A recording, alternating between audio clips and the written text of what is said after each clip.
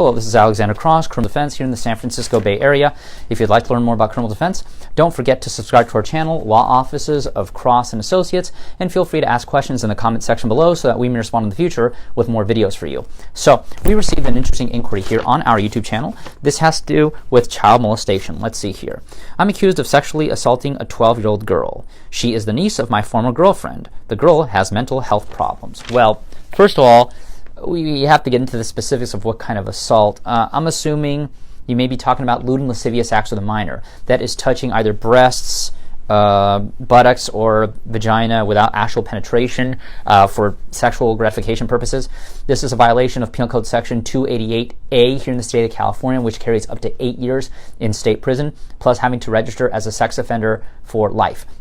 In this case, because it's very likely there will not be any physical evidence, it's extremely important to exercise your Miranda rights. Remember, you have the right to remain silent. Anything you say or do will be used against you in court. You have the right to an attorney. If you cannot afford an attorney, you'll be provided with a public defender. It's extremely important to not say anything. It doesn't matter if you're innocent or guilty. Do not speak to the police because they will be able to use your words against you in some way or another.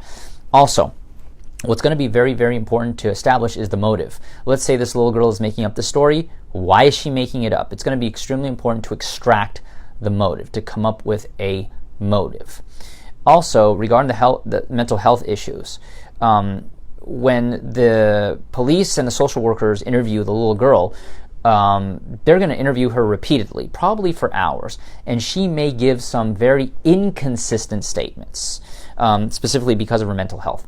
Now, if she gives these highly inconsistent statements, the DA is going to have difficulty convincing a jury that you are guilty beyond a reasonable doubt. Remember that is the standard of proof that the DA has. The DA has to convince the jury that you are guilty beyond a reasonable doubt in order for you to get convicted.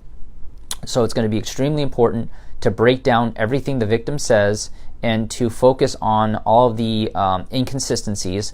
Also, it's going to be necessary to extrapolate what is the motive behind making up this story. It's extremely unfortunate to be accused of this type of offense because, generally speaking, there is no evidence. It's usually a he said, she said type thing, which is absolutely horrific. I personally don't believe that somebody should be able to get convicted just based on somebody's declaration, but unfortunately here in the state of California, that can actually take place. Regardless, if you'd like to learn more about criminal defense here in the San Francisco Bay Area, don't forget to subscribe to our channel, Law Offices of Cross and Associates, and feel free to ask questions in the comment section below so that we may respond in the future with more videos for you.